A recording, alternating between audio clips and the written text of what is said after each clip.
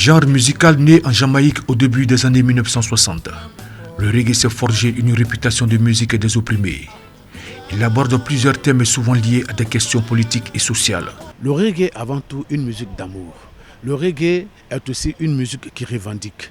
Le reggae est une musique de vérité.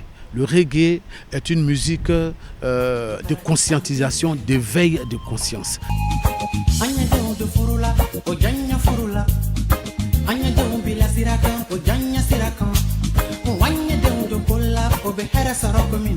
Le reggae, c'est une musique qui s'engage. C'est une musique qui s'engage, mais surtout qui s'engage pour les bonnes causes et non pour des individus. Avec ses rythmes captivants et ses paroles profondes, le reggae a dépassé les frontières et captivé les publics du monde entier. From the Bible to the Quran, a revelation in Jerusalem, Shalom. À Abidjan, troisième capitale mondiale du reggae, comme partout en Côte d'Ivoire, cette musique occupe une place de choix dans le cœur des populations. La musique reggae se porte bien. C'est une musique de lumière, de développement, de sagesse, de spiritualité, de bienfaisance. C'est l'une des musiques les plus écoutées au monde. D'ailleurs, en 2018, l'UNESCO classe le reggae au patrimoine immatériel de l'humanité. Ce 11 mai, la communauté Rasta, le reggae-phile et les adeptes de cette musique célèbrent Robert Nesta Marley, dit Bob Marley ou encore Berhan Selassie, le musicien le plus connu du reggae. L'icône est décédé le 11 mai 1981 à Miami d'un cancer, celui-là même qui a permis à cette musique de connaître un succès planétaire. C'est tout ce que Bob Marley a apporté à cette musique-là. Il a donné la force à cette musique-là de s'imposer un peu partout dans le monde. Donc cet hommage qu'on lui rend ce 11 mai qui matérialise le jour de sa mort, c'est quelque chose à saluer. C'est pour dire que sa mission était divine. Il a posé des actes assez forts et c'est ce qui lui permet de rester gravé dans la mémoire de tout le monde. On ne fête pas la mort, hein. C'est un mémorial, c'est aussi une reconnaissance d'un grand homme comme Bob Marley qui a mis le reggae à un certain niveau. Et donc ça permet aux hommes de marquer une pause, de prendre conscience de leur existence avec cette musique qui te permet de te bâtir, de te réaliser, d'être un homme de lumière de demain. Ce 11 mai, le reggae est au rendez-vous sur toutes les plateformes, les chaînes et dans les grands espaces. Come on, baby. Stir it up.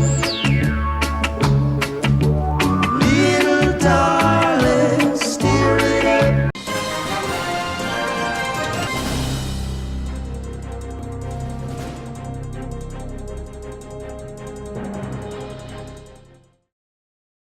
Avec la fréquence des immeubles qui s'effondrent en Côte d'Ivoire, les experts questionnent bien souvent la qualité des matériaux utilisés, notamment le fer à béton. Les acteurs de ce domaine, regroupés au sein du syndicat national des vendeurs de fer à béton et autres matériels de construction de Côte d'Ivoire, en abrégé SINAFESI, ont sensibilisé leurs membres et s'engagent à faire la police contre ce phénomène. Nous avons déjà les matériels de contrôle que l'État a mis à la disposition de tout le monde pour pouvoir faire nos contrôles entre nous les revendeurs. Puisque nous sommes mis d'accord pour dire qu'on ne veut plus vendre de mauvaise qualité sur le marché. Un fer sorti de l'usine, moi et mon staff, on sort, on a les matériels dans nos mains. Et on arrive chez un revendeur, on fait un contrôle de qualité. Pour non-respect des normes de qualité, le ministère du Commerce et de l'Industrie a suspendu l'année dernière l'activité de plusieurs unités de production dans le secteur des matériaux de construction.